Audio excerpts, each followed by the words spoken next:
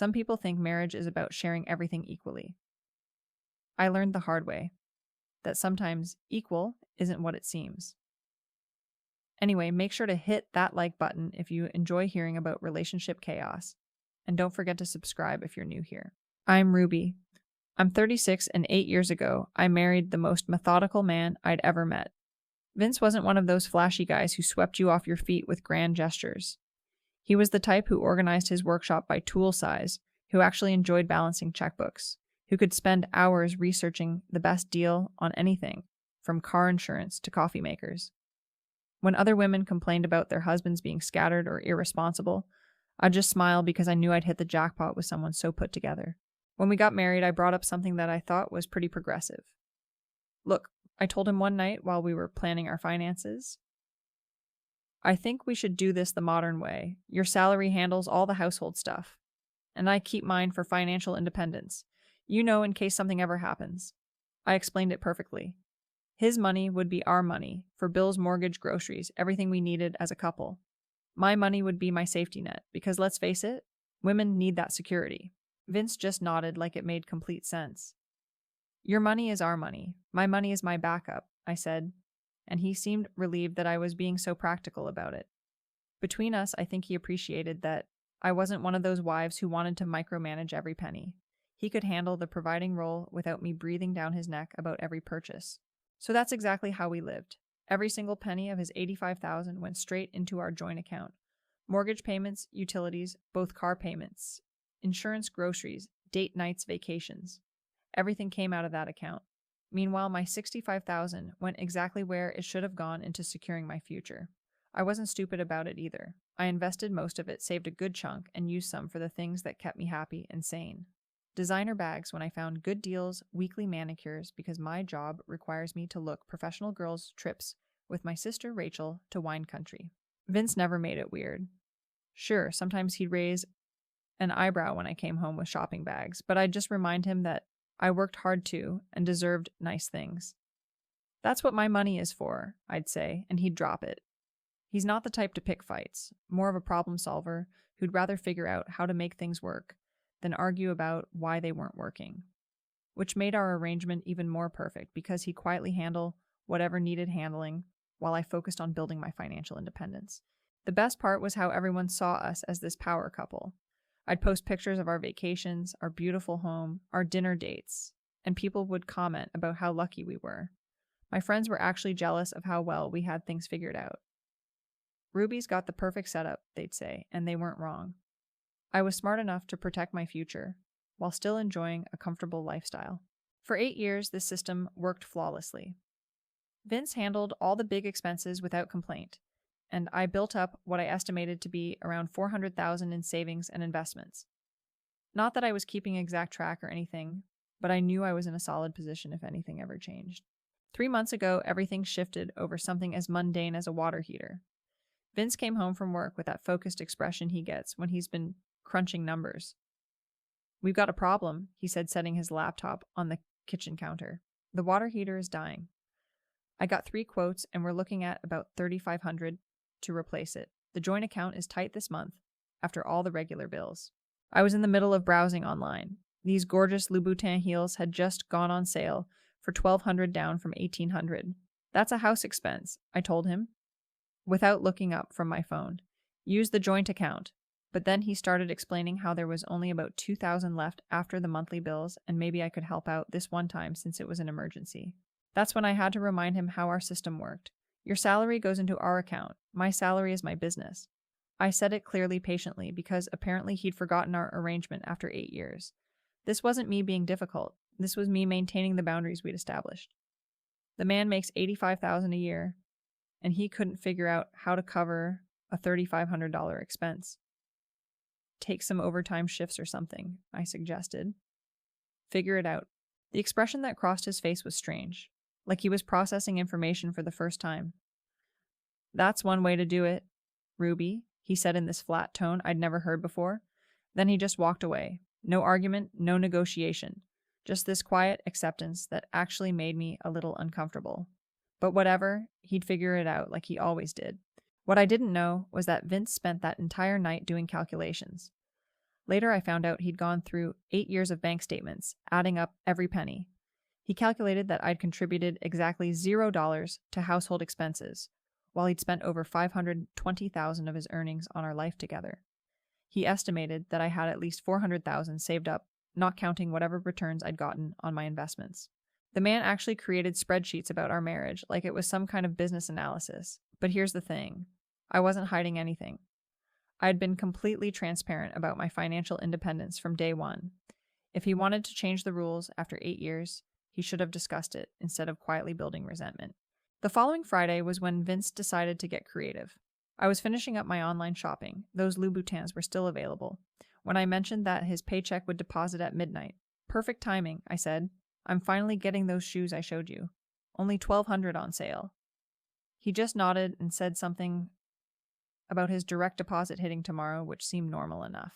I had alerts set up on my phone for whenever money hit our joint account, because I like to track when my automatic $500 transfer to my emergency fund would process. At 12:01 a.m., my phone started buzzing frantically. First the deposit notification, then a failed transfer alert, then the banking app started showing a balance of $2. What the hell is happening? I called out, rushing to the bedroom where Vince was calmly reading. Something's wrong with the bank. Your deposit didn't come through. He barely glanced up from his book. That's strange, he said. I'll look into it in the morning. In the morning, we had automatic bill payments scheduled. My shoe order was about to process. I spent the next hour refreshing the app obsessively, calling the bank's automated system, getting increasingly frantic. The Louboutin order got declined. My automatic savings transfer failed. By 6 a.m., I was demanding he call payroll immediately. That's when he delivered his bombshell with infuriating calm. I took your advice, Ruby. You said your salary is your business, so I decided my salary is my business too. My heart stopped.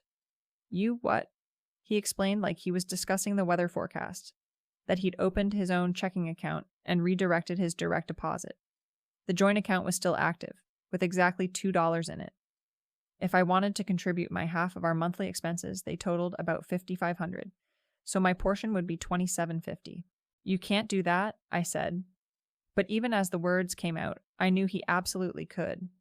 He was just throwing my own logic back at me, and it was the most manipulative thing he'd ever done. Your money is our money, I reminded him, but he just gave me this cold smile and asked, and your money?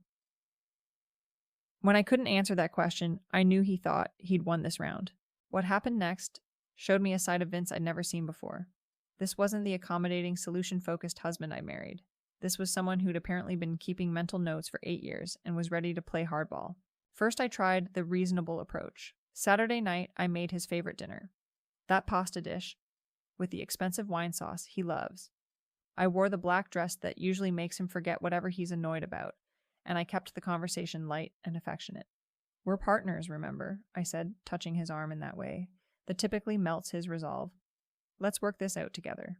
But he just looked at me with these calculating eyes and said, partners contribute equally, Ruby. Then he pulled out actual printed spreadsheets, like he'd prepared for a business presentation. Want to see the math? The smugness in his voice made me want to throw something. When being sweet didn't work, I switched tactics, started pointing out all the ways I did contribute. Cooking, cleaning, making our house feel like a home. But he just actually laughed at me. I also cook and clean Ruby, plus I've paid 100% of our living expenses for 8 years. The condescension in his tone was infuriating. So I took it to social media, posted something on Facebook about how some husbands become controlling when their wives show financial independence. Didn't name names, obviously, but my friends knew what was up. The comments were incredibly supportive, all about red flags and toxic masculinity. Until Vince had the audacity to comment publicly, interesting perspective from someone with $400,000 in personal savings, while their spouse pays all the bills. I deleted that post within minutes, but the damage was done. People had seen it. Screenshots were probably floating around. I was mortified. That's when I decided to bring in backup, called my mom, Tatum, and my sister Rachel for an emergency intervention at our house. Men are supposed to provide, Tatum told him firmly. That's literally your job as a husband. But Vince was prepared for that argument too. He had copies of our house deed showing only his name. He had 8 years of bank statements proving I'd never contributed a single dollar to household expenses. He had documentation of everything. When Rachel tried to defend me, saying that marriage was about more than money, he just looked at her calmly and said, "She has $400,000 saved. She could buy her own house tomorrow." The silence that followed was deafening. Even my own family started looking at me like maybe I was the unreasonable one here. By this point, I was done playing nice. If Vince wanted to be petty about money, I'd show him what real power looked like. I called his supervisor at work, explained that my husband was having some kind of mental health crisis and making irrational financial decisions that had me concerned for his stability. But that backfired spectacularly. His boss actually laughed when Vince told him about it later. Apparently, the guy's ex-wife had tried the exact same tactic during their divorce.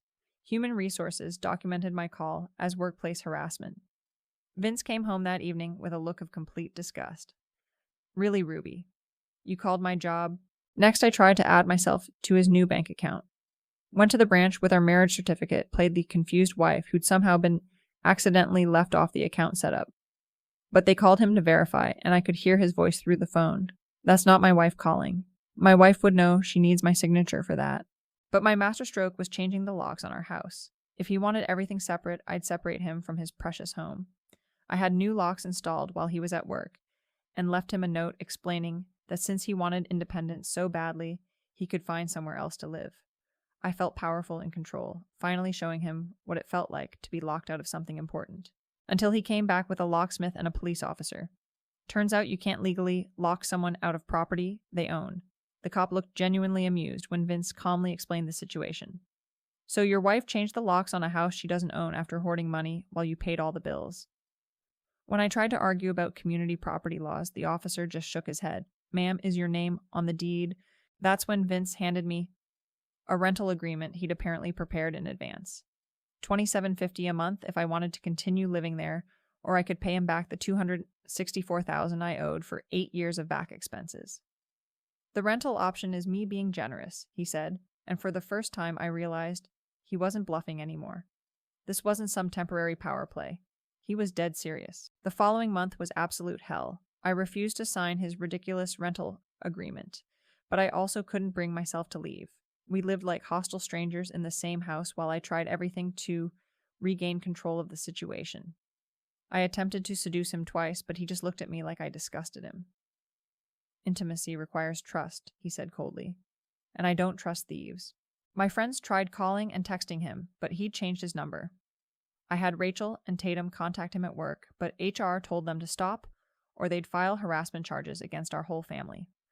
I was running out of options and getting desperate. That's when I made the biggest mistake of my life. I decided to sell our furniture, the living room set, dining table, bedroom furniture. I got about $3,000 for what was probably $8,000 worth of stuff, but I figured it would prove I was serious about contributing financially. "I sold them," I announced when he came home to a nearly empty house. "They were community property. My half of the money is already in my account." But Vince had kept receipts for everything. Every piece of furniture had been purchased before our marriage with his money. "Those receipts prove you just stole my property," he said, pulling out his phone to call the police. "Over $5,000 makes it a felony. They actually arrested me, put handcuffs on me and everything right in front of our neighbors. I spent an entire night in jail while Dean had to scramble to find bail money.